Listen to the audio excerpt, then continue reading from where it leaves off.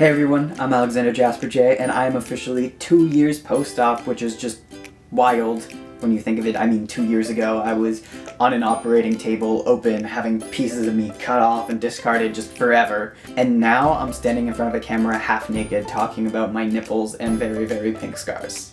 So, life's funny sometimes. I had my top surgery on November 19th, 2015 with Dr. McLean in Mississauga, Ontario, Canada. At the time, Dr. McLean wasn't covered through OHIP. Now he is. So I was paying out of pocket and surgery came to $8,475. If you're going through OHIP, you only need to pay $2,000 at maximum if you opt for contouring. If you opt for surgery without contouring, you are paying $0. That option wasn't available to me at the time of my top surgery. CAMH was just in the beginning stages of being dismantled. And even though I had put a referral through for top surgery with CAMH, I still have not heard back from that referral, and I never contacted them to let them know that I had top surgery, and it's 2 years later. Just in case you're wondering about that, CAMH sucked. So I just want to address this before it's brought up in the comments. I'm very aware that I have really apparent, vibrant scars, and that they're quite large as well. Basically, I'm genetically predisposed to having pinker scars, which is fine.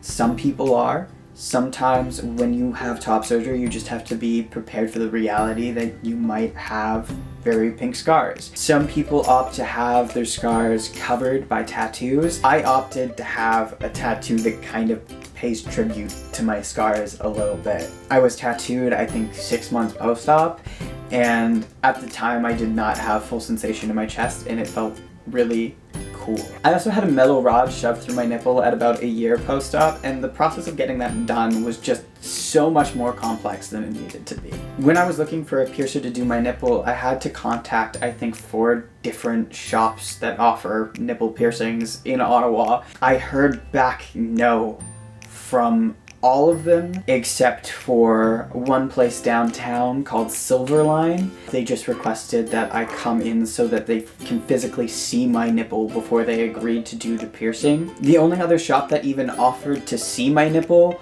was New Moon, and they asked to see my nipple in a picture, to which they responded that they could not pierce my nipple because it looked too flat. My nipple was nowhere near too flat to be pierced. My nipple's pretty pointy. Honestly, my belief is that the piercing shops that declined doing my piercing said no because they fear legal repercussion if something goes wrong. You are more likely to reject your piercing if you're piercing through scar tissue, which my nipple is 100% scar tissue. All worked out in the end, and I actually wound up regaining some sensation in my left nipple after it was pierced. I think post-op, everybody has what they refer to as their good side and what they refer to as their bad side.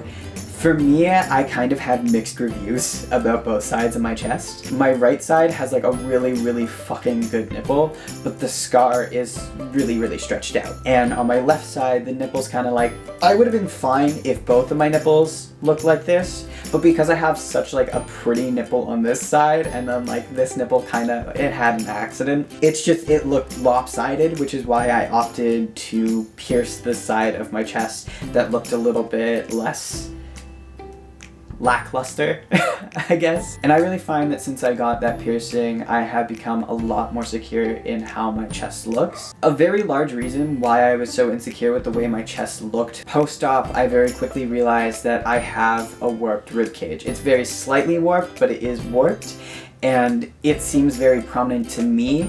Other people don't really notice it until I point it out. Just coming to terms with the fact that, yes, my ribcage is warped. Yes, I will always be able to see the fact that it's warped. No, nobody gives a fuck. That was just such a hard thing to realize, and I don't know how many other people go through that post-op. My guess is that it's probably a significant portion. I find that people very, very rarely follow binder safety rules to a T, and that was true of myself as well very early on in my transition. And it wasn't necessarily that I didn't want to follow binder safety rules, it was that I did not have the financial means to do so. Honestly, I was a dysphoria-ridden, angsty teen, and I didn't know how to balance the scales between my mental wellness and my safety. And even now, as an adult, I feel as if that would still probably be a very difficult decision to make. Alright, so my battery's running low, so I'm gonna have to leave this here for now. If you have any questions for me, please leave them in the comments section down below. I will do my best to answer them. And if you have any suggestions for video topics, leave those there as well, and I will definitely take them into consideration. Anyway, peace out, Scout people. I shall see you soon. Bye!